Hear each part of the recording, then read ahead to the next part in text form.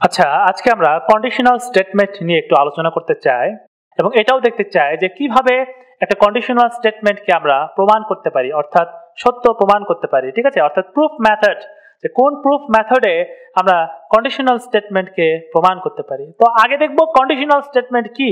ঠিক আছে, conditional statement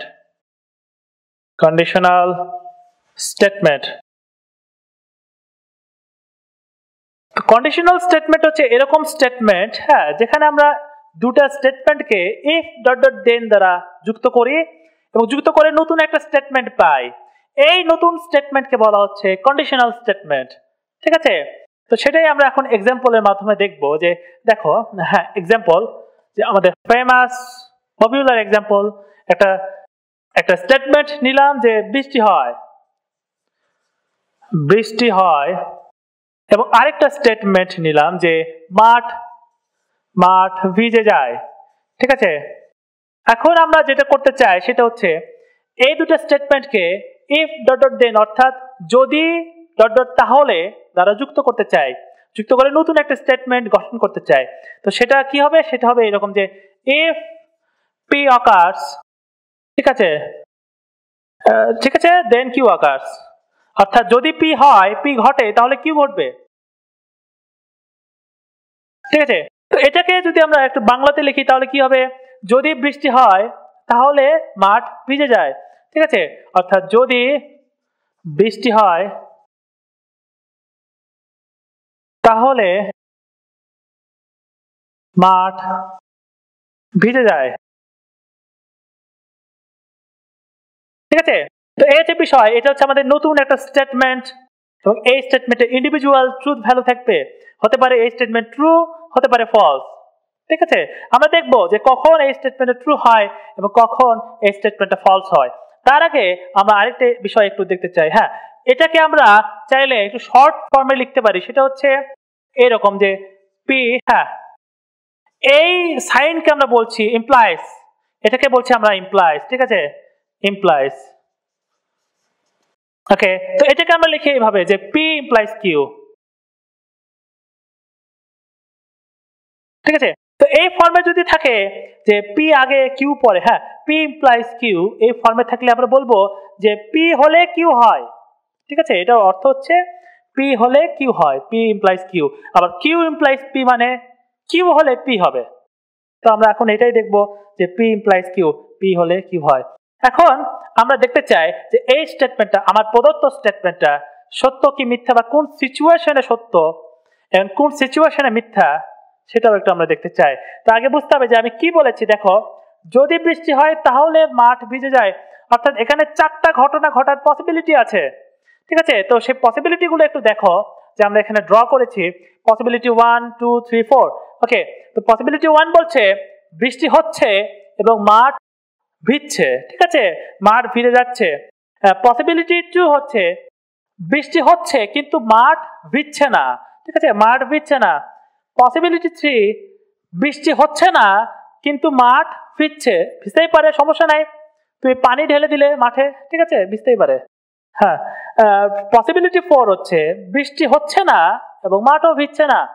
ঠিক আছে, অর্থাৎ চারটা সিচুয়েশন আমরা দেখতে চাই যে কোন সিচুয়েশনে আমার এই প্রদত্ত স্টেটমেন্টটা ট্রু এবং কোন সিচুয়েশনে আমার এই প্রদত্ত স্টেটমেন্টটা ফলস। ঠিক আছে, তো এই সিনারিওকে আমরা চাইলে ট্রুথ টেবলের মাধ্যমে একটু ড্র করতে পারি। ঠিক আছে, তো এইভাবে, হ্যাঁ, এটা হচ্ছে পি স্টেটমেন্ট, এখানে পি এর ট্রুথ ভ্যালু থাকবে কিউ, আর এটা হচ্ছে পি ইমপ্লাইজ কিউ। ঠিক আছে, চারটা পসিবিলিটি। হ্যাঁ, তো এখানে আমরা চারটা ঘটনা লিখবো।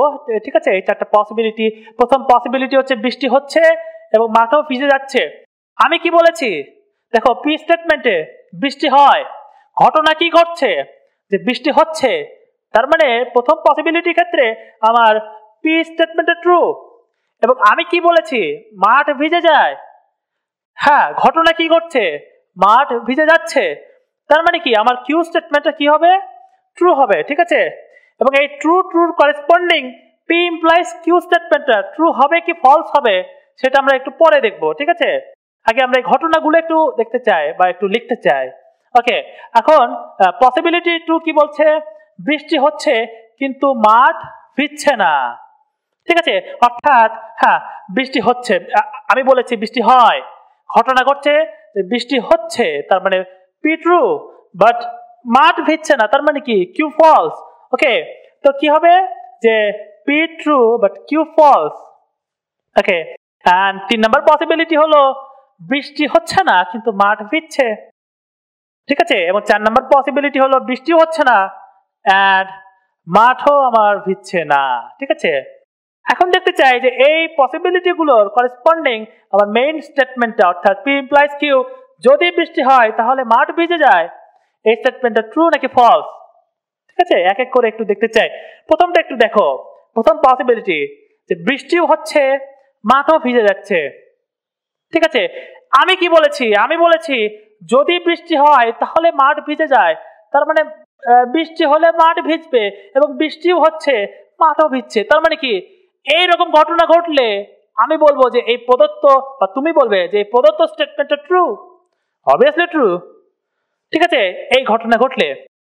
এখন দ্বিতীয়টা একটু দেখো, যে বৃষ্টি হচ্ছে কিন্তু মাঠ ভিজছে না, আমি কি বলেছি যদি বৃষ্টি হয় তাহলে মাঠ ভিজে যায়, অর্থাৎ বৃষ্টি হলে মাঠকে ভিজতেই হবে, কিন্তু এখানে কি হচ্ছে বৃষ্টি হচ্ছে কিন্তু মাঠ ভিজছে না, তার মানে কি হ্যাঁ এরকম ঘটনা ঘটলে আমি বলবো বা তুমি বলবে যে আমার এই প্রদত্ত স্টেটমেন্টটা ফলস।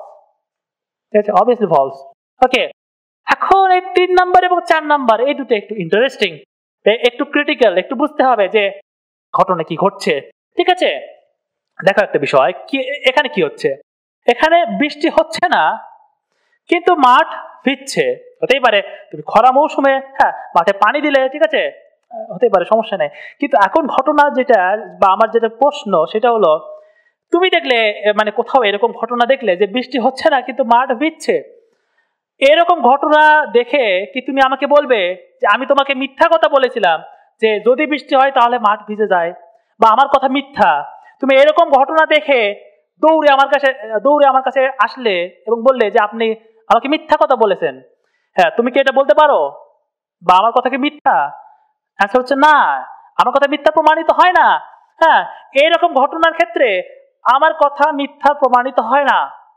উত্তর প্রশ্ন হচ্ছে কেন? ঠিক আছে, দেখো একটা বিষয়, হ্যাঁ আমার এই কথাকে মিথ্যা প্রমাণ করতে হলে, ঠিক আছে, অর্থাৎ যদি বৃষ্টি হয় তাহলে মাঠ ভিজে যায়, অ্যাটলিস্ট আগে বৃষ্টিকে হতে হবে, তারপর দেখতে হবে যে মাঠ ভিজছে কি ভিজছে না, তার বেসিসে তুমি বলতে পারবে যে হ্যাঁ আমি সত্য কথা বলেছি কি মিথ্যা কথা বলেছি।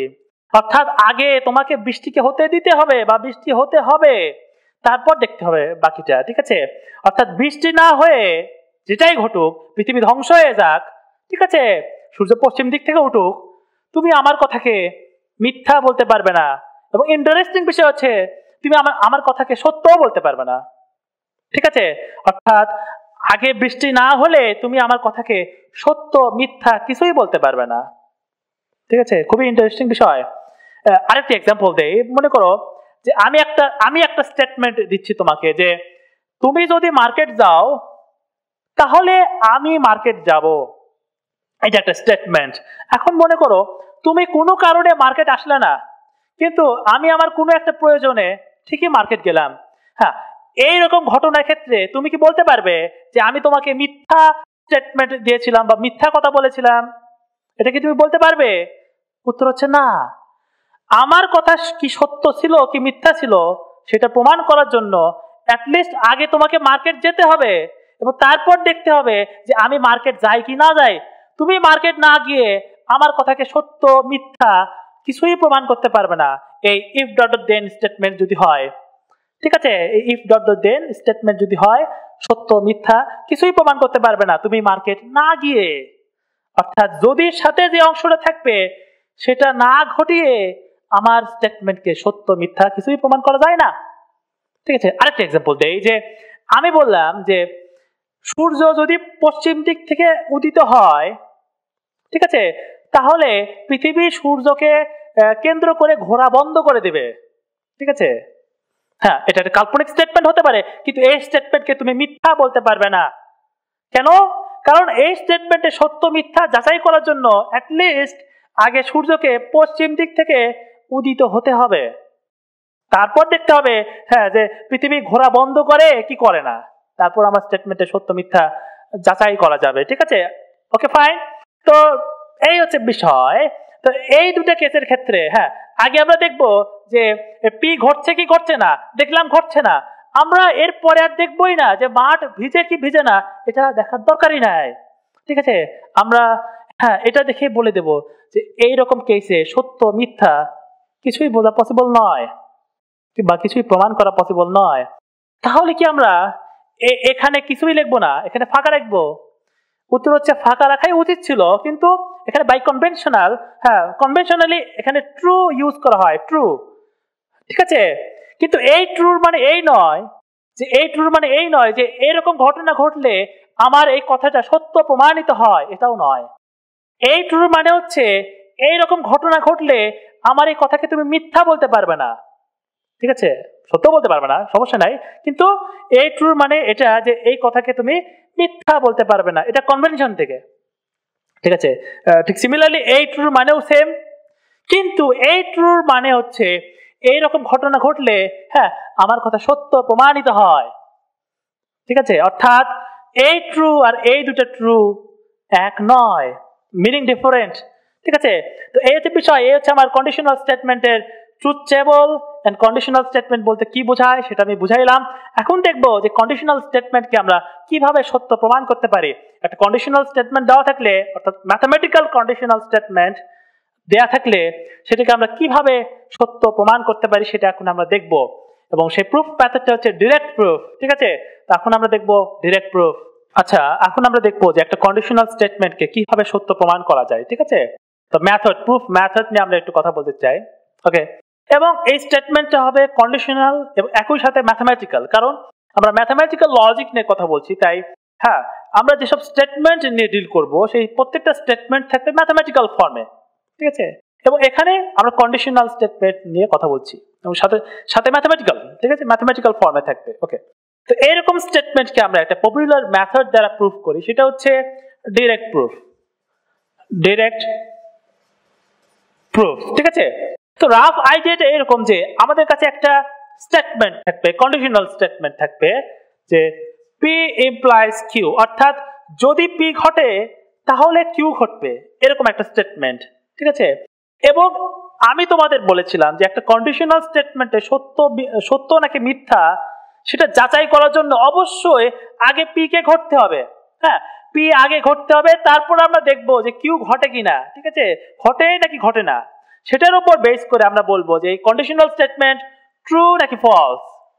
ঠিক আছে, এই হচ্ছে বিষয়, এটা হচ্ছে রাফ আইডিয়া। অর্থাৎ আমাকে প্রথমে ধরে নিতে হবে যে পি ঘটে বা পি ট্রু বা পি কে ঘটাইতে হবে। ঠিক আছে, অর্থাৎ স্টেপ 1 আমার এই ডিরেক্ট প্রুফের ফর্মাল স্ট্রাকচারে স্টেপ 1 হলো অ্যাজিউম, অর্থাৎ মনে করো হ্যাঁ অ্যাজিউম পি ইজ ট্রু, অর্থাৎ পি কে ট্রু ধরে নাও বা পি কে ঘটাও। ঠিক আছে, স্টেপ নাম্বার 2 হলো যে এই যে তুমি ধরলে যে পি ঘটে, এখন তোমার কাজ হচ্ছে এই পি আসলে কি, ভাই পি বলতে কি বোঝায় বা পি কাকে বলে বা পি সম্পর্কে কিছু বা পি এর কিছু নেচার তোমাকে এক্সপ্লেইন করতে হবে। ঠিক আছে, এই কাজ তুমি কিভাবে করতে পারো? এই কাজ তুমি করতে পারো ডেফিনেশন ইউজ করে, যে পি এর ডেফিনেশন, তুমি পি এর ডেফিনেশন প্রোভাইড করতে পারো যে পি কাকে বলে। ঠিক আছে, বা পি এর ডেফিনেশন ভাবতে পারো যে পি আসলে কি। হ্যাঁ, আবার তুমি এটাও করতে পারো যে পূর্বের কোনো রেজাল্টের সাহায্য নিতে পারো, বা পূর্বের কোনো ট্রু স্টেটমেন্ট গুলোর হতে পারে থিওরাম, প্রপোজিশন, করোলারি। ঠিক আছে, পূর্বের কোনো থিওরাম গুলোর সাহায্য নিয়ে তুমি পি সংক্রান্ত বা পি সম্বন্ধে কিছু বলতে পারো, কিছু কথা বলতে পারো, পি এর কিছু নেচার তুমি এক্সপ্লেইন করতে পারো। ঠিক আছে, অর্থাৎ give an explanation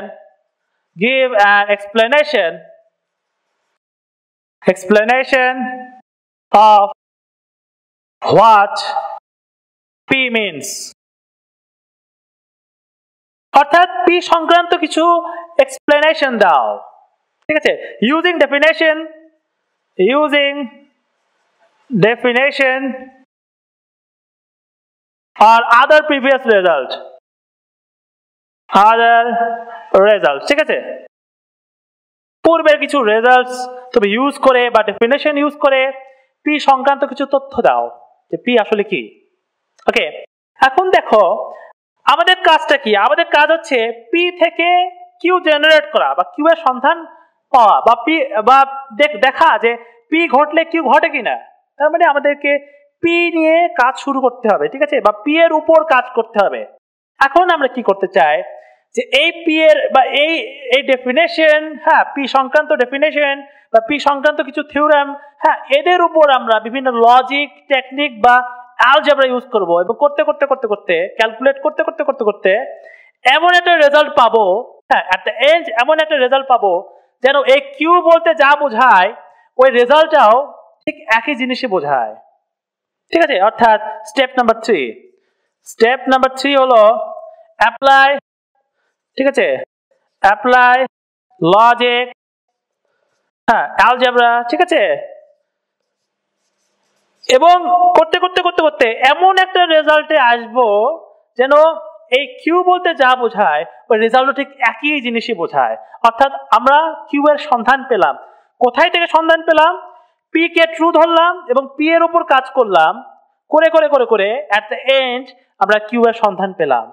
এবং যখন সন্ধান পাবো তখনই বলবো এই যে আমার কন্ডিশনাল স্টেটমেন্টটা ট্রু স্টেটমেন্ট, ঠিক আছে। আর যদি কিউ এর সন্ধান কোনোভাবেই না পাই তখন আমরা বলবো যে এই স্টেটমেন্ট ফলস, ঠিক আছে। এই হচ্ছে বিষয়, এই হচ্ছে আমার ডিরেক্ট প্রুফের ফর্মাল স্ট্রাকচার।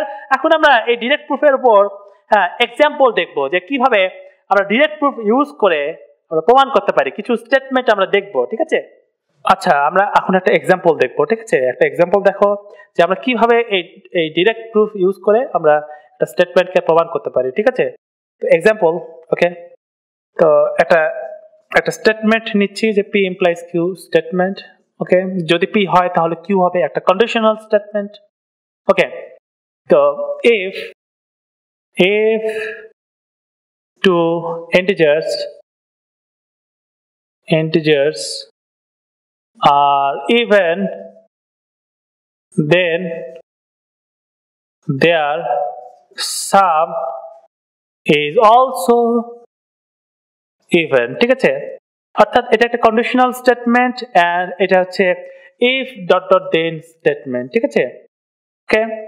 এবং যেখানে এটা হচ্ছে আমার পি এবং এইটুকু হচ্ছে আমার কিউ। এখন আমরা এই স্টেটমেন্টকে প্রমাণ করতে চাই। তো প্রথমে বুঝতে হবে যে এই স্টেটমেন্ট কি বলছে।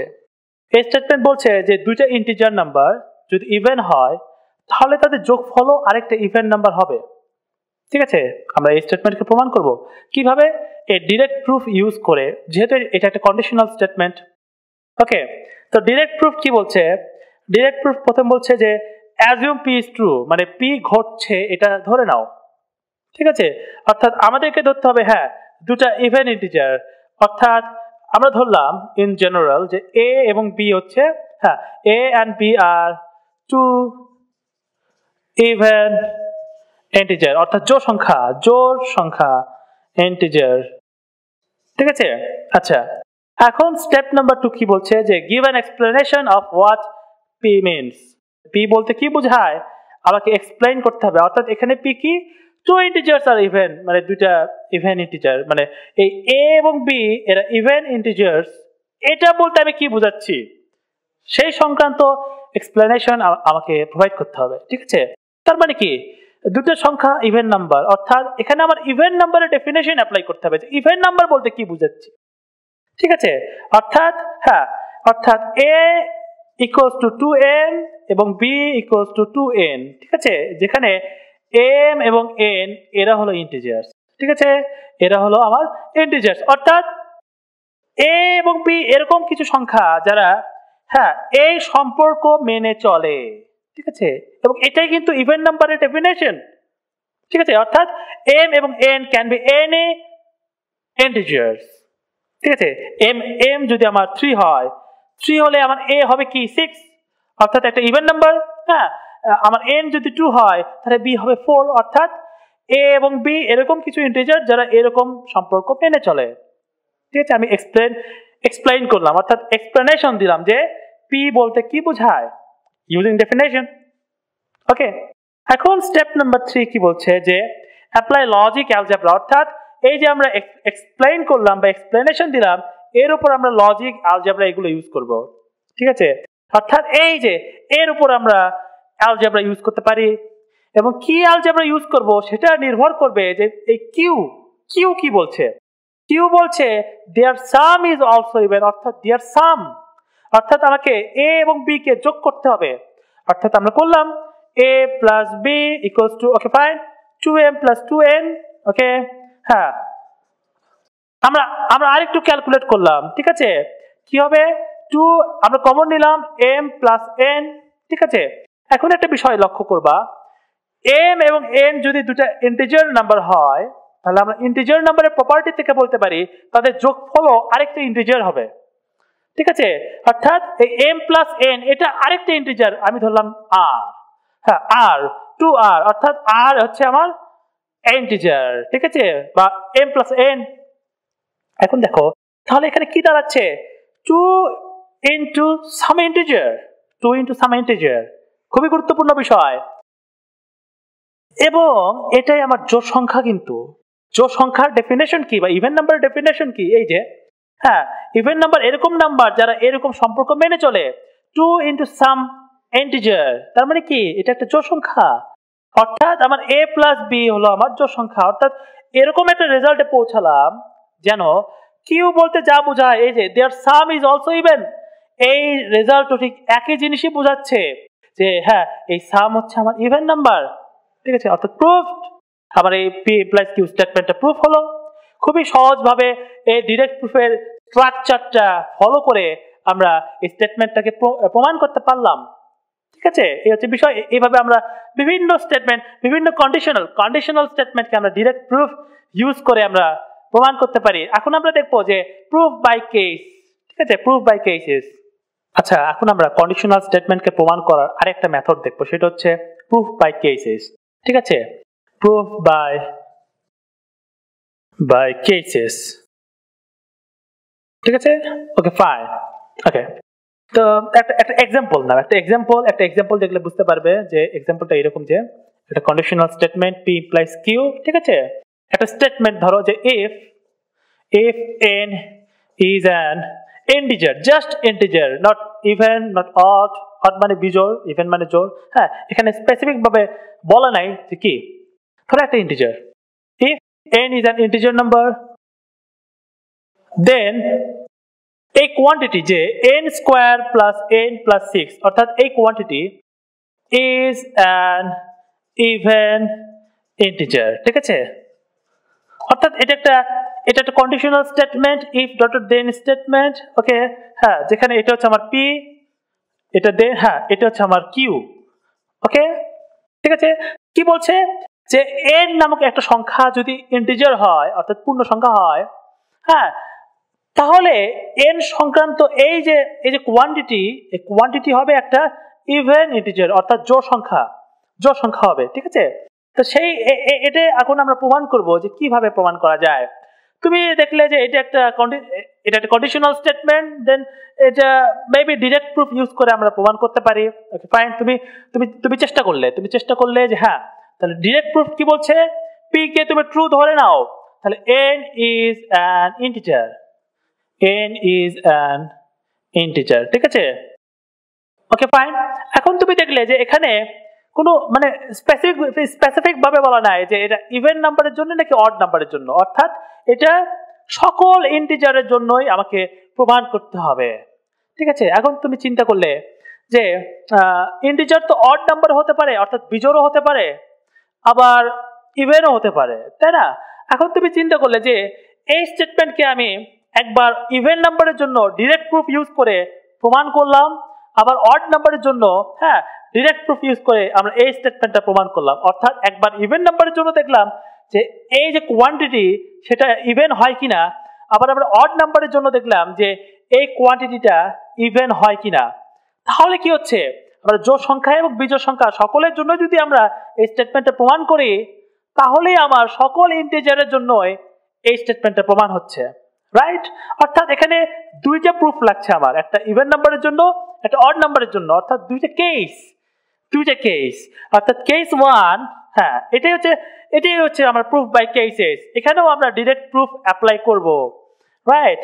কেস 1 হ্যাঁ, কেস 1 এর স্টেটমেন্ট হবে এরকম যে if n is an even integer then a is a quantity, এটা একটা ইভেন ইন্টিজার, রাইট? তাহলে কি হচ্ছে আমার স্টেটমেন্টটা, if n is an even integer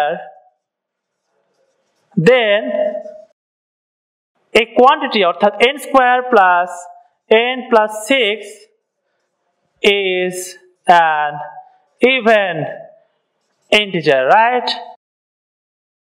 তো এই স্টেটমেন্টটা আমরা এখন খুব সহজেই আমরা ডাইরেক্ট প্রুফ ইউজ করে প্রমাণ করতে পারি। কিভাবে? হ্যাঁ, এটা হচ্ছে আমার প্রথম স্টেটমেন্ট যে n is an even integer।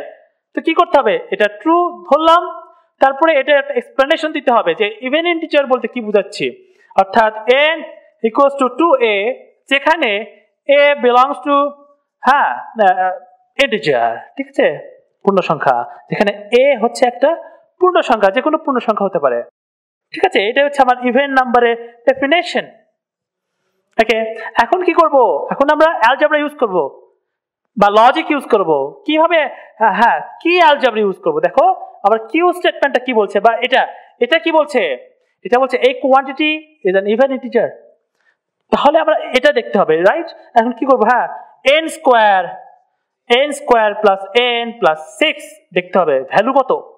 ওকে, তারপর n স্কয়ার হচ্ছে আমার 2a whole square plus 2a plus 6, হ্যাঁ ক্যালকুলেট করি, তাহলে 4a square plus 2a plus 6, right? তাহলে 4a square plus 2a plus 6, এখান থেকে আমরা 2 কমন নিতে পারি, ঠিক আছে। তা 2 কমন নিলাম, হ্যাঁ আরেকটু ক্যালকুলেট করলাম, ঠিক আছে।